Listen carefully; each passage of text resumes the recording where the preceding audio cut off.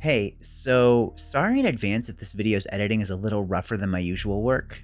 I'm flying across the country in less than 36 hours, but wanted to put this out as a warning to anyone who wanted to buy a Nitro Deck Plus. Spoiler for this video, but you shouldn't buy it. And if you've already bought one, don't open it, don't use it, return it if you can. If you've seen my review of the original Nitro Deck, you'll know that I loved it. I thought it looked great, felt great, and that it was a strong recommend. My only complaint that I had was that it couldn't be used in docked mode, so when Cracked announced that they were releasing a Nitro Deck that would function as its own dock, I was immediately interested. I was actually just working on a review for this thing just moments ago, and it was glowing. Cracked somehow made the deck feel even more comfortable, and its build quality improved. While I wasn't sure if I liked the new stick layout, I warmed up to it pretty fast after I got used to the sidekick and back buttons.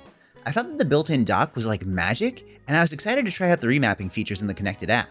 All of my plans to make a positive review went out the door when I ejected my Switch though.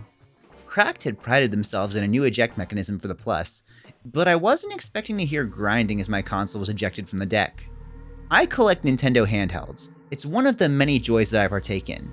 I don't keep them in box because they're meant to be played, but I do my best to take care of them and keep them in good condition. That's why I was heartbroken when I looked to the back of my Pokemon Edition Switch to see that Fuecoco's face had been slashed. Just one use and one eject from the Nitro Deck Plus left deep scrapes in the back of my Switch, and these don't buff out. When I took to the Cracked Discord to let folks know, I found out that I wasn't the only one.